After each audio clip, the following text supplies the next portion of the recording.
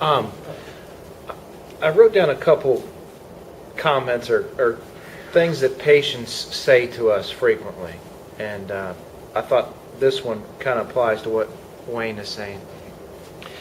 A lot of times they'll have an episode and they'll get therapy, and then because it was a traumatic event, they'll associate whatever they were doing with that's part of the reason why they got therapy. You know, Wayne got rid of his treadmill, okay? Someone else may have been doing another activity, and they associate that activity and they say to themselves, well, I'm not going to do that anymore because I don't want another episode like that again. And I think it's important for people to realize that the fact of the matter is you were on your treadmill, but if you would have been sitting in a chair, he would have had the same arrhythmia, more than likely. That it just happened to be... Well, I was recently. Yeah. 3 weeks ago, I was just sitting at my desk, and the arrhythmia, I got shocked 4 times. And so I think we try and, when we get these types of questions or comments from people, we try and tell them, you know, the device, and as sophisticated as the devices are now, compared to how they used to be, right, Bill? I mean, you should be able to do whatever you want to do outside of extreme situations. You agree with that, Frankie? I agree. I absolutely agree. You know, it's not to end your life or stop your life, or it's just to protect you as you go on about your life. and I think as time goes on, patients develop, they get a better comfort level with their device while they're engaging in activities that they used to enjoy. The guy that's going to come tonight, he's a competitive swimmer, right? Mm-hmm. I mean, you can't think of a more strenuous activity. And I think he got a shock in the water. Yeah. One of our new patients here, he loves to play soccer. And, you know, there's really no reason that you wouldn't be able to play soccer again at some point and do the things that you like to do. So I don't know, does anybody else have a story where they used to do something and they got therapy and now they don't do that because there's fear involved? Does anybody else have that scenario? No? Besides taking a shower. But there are devices, and I Dr. Bronson knows I read a lot and get help for it.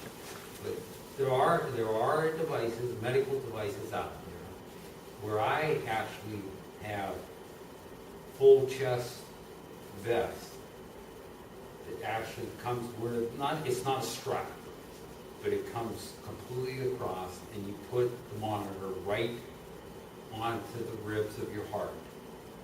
And you wear a watch, and it tells you exactly to the second what your heart's doing. And they're not cheap. And, you know, if anybody's interested, they can email me, and I'll be more than happy to send you the company that manufactures them. But they, to me, they have saved me from getting shot. They have told me, because you can set the watch, once you get, like for me, once I get to 145, the alarm goes off. So I stop. I just stop. And So is it like a heart rate monitor, but a more of a sophisticated it's monitor? more sophisticated. Okay. And they do work. And I swear to God, they work better than anything that's on the market today. And they're out of California. And they... What's the company called? Do you remember, Wayne? Boy, I can't think of it. I really can't. Because I think I come in Monday. I'll write it down and I'll give it to you, Frankie. But it's and really they're good. To me, it's like putting a T-shirt on. Yeah. But, you know, and I think we've used heart rate monitors for some patients. I think we had a gentleman who was concerned about getting therapy. You know, so he knew what the high limits on his device were, and he would wear a heart rate monitor, and when we would exercise, he would see where he got his heart rates to, and that would kind of help him limit. So maybe somebody that wants to play soccer, just even getting a regular heart rate monitor if you're concerned about that, because the devices are pretty sophisticated, but sometimes if your heart rate really goes up, you could get therapy for the wrong reason. It doesn't happen like it used to, but if there's ever that concern, a heart rate monitor is always a possibility. Yeah, and the devices usually aren't set at that type of setting. Wayne, once again, he's a unique animal here. Right. But I'd say probably the average setting might start at what, 185, 190? You think that's fair? 75 or up. Yeah. Yeah. Which that's a very high heart rate. That's higher than your target heart rate for exercise usually, depending on your age, so. And even if it was, as long as that was just a normal sinus heart rate, And it's not the- you shouldn't get therapy if your heart rate goes to 180 and it's not arrhythmia related. Right, the device can kind of tell when it's an arrhythmia and when it isn't, so, but you don't get therapy for the wrong thing. The shock is the last thing the device does in its thought process. It tries to do 10 other things before it even begins to try to think about shocking. And if your heart's going so fast, the device is going to say, time out, I'm going to give you a shock because you're going too fast. But they're programmed to not. We kind of joke, we make devices that don't shock and pacemakers that don't pace now. Because that's The goal. the way it is. That's what we're trying to do. The last resort. Yeah. Has anybody here never gotten a shock? Awesome, see, it happens. It happens, yes. It's actually the majority of I know. patients, a big majority, yeah.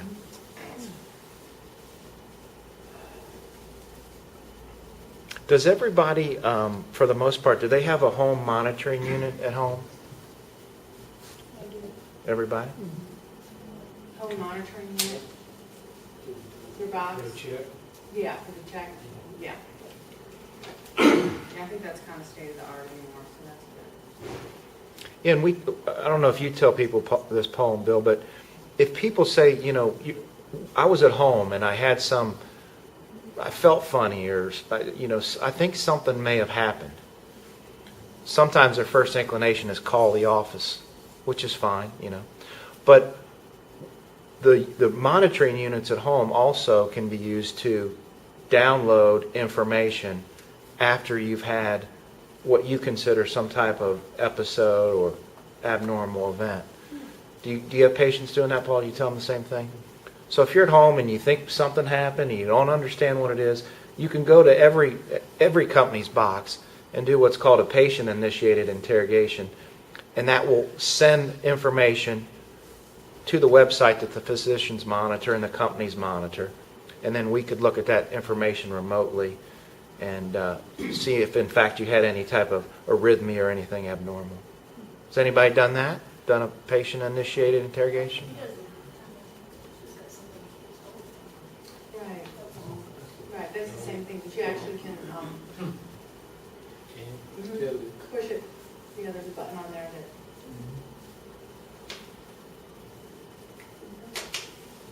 See? A medical bus from my new little house in St. Bernard to my general practitioner today. And the medical bus picked me up afterwards and she said, oh, the lady that I've just taken to her doctor over at Jewish Mercy is talking to her doctor about possibly having a pacemaker defibrillator. And the girl, she's scared to death. And I asked my friend Karen, I said, what's her name? She said, oh, that's right, you met Ruthie.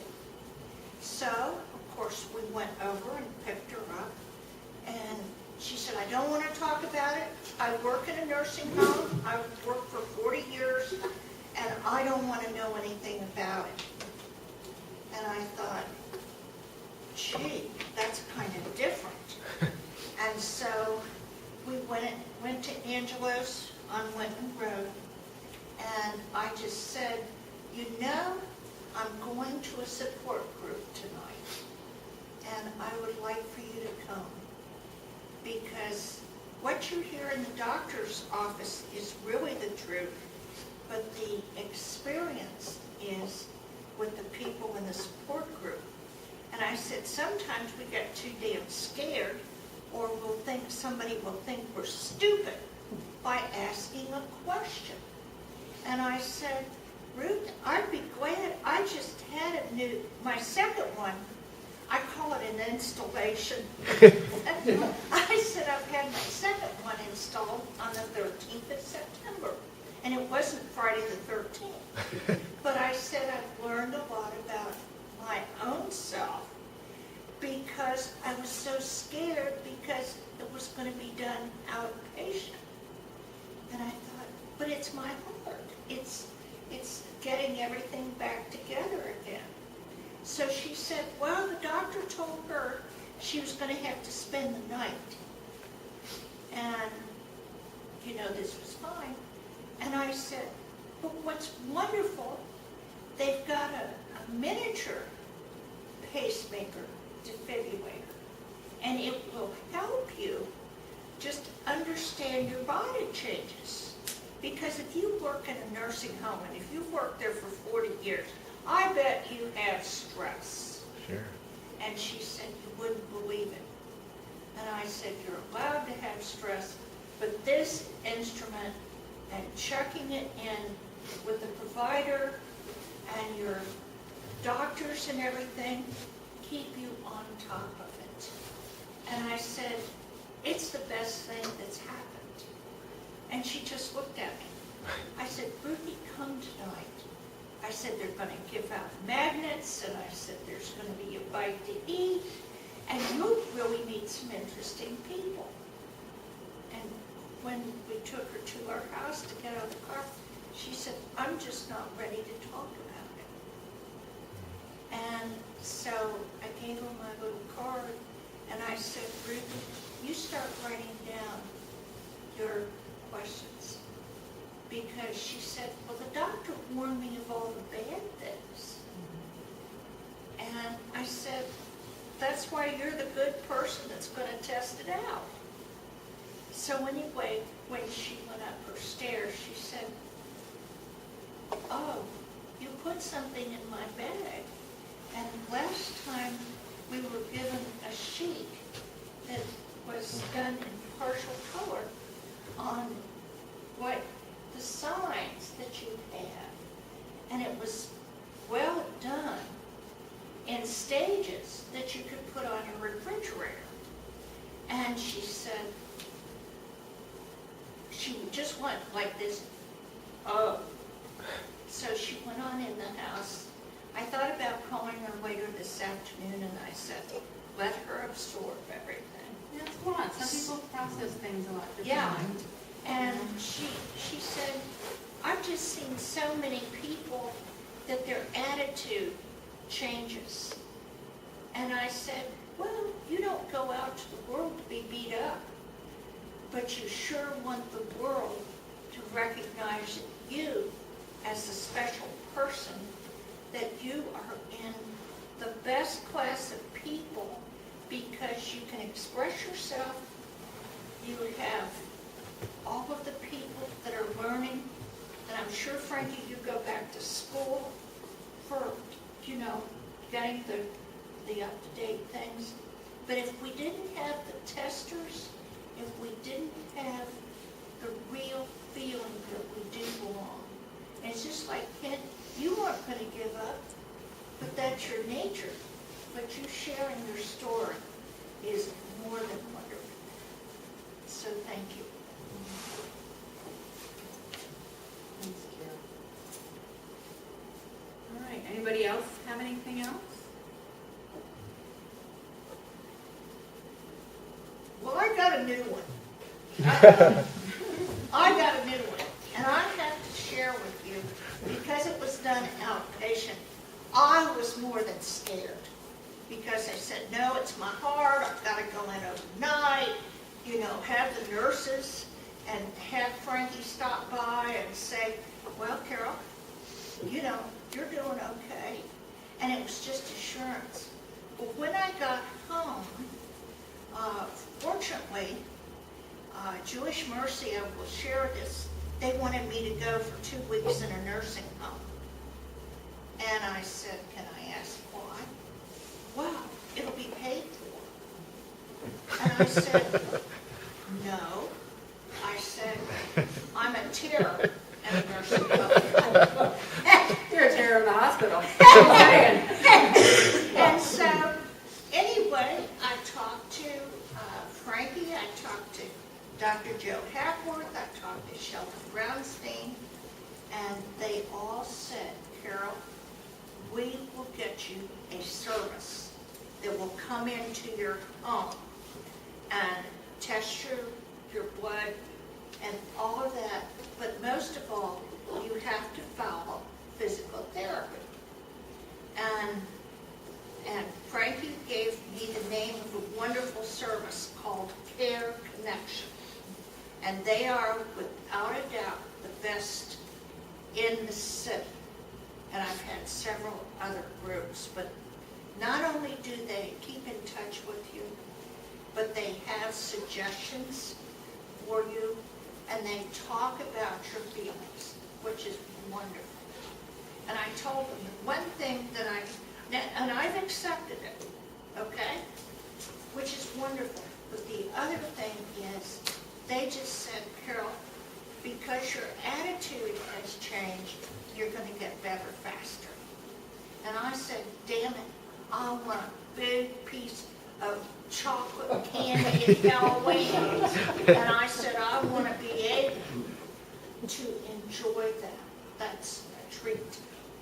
So what has happened, and I realized in coming to this meeting, I thought, what was different from doing an outpatient or in the hospital? It took my pacemaker defibrillator 4 days to adjust. And I'm just saying, the adrenaline in my body was so pumped, and I was so scared.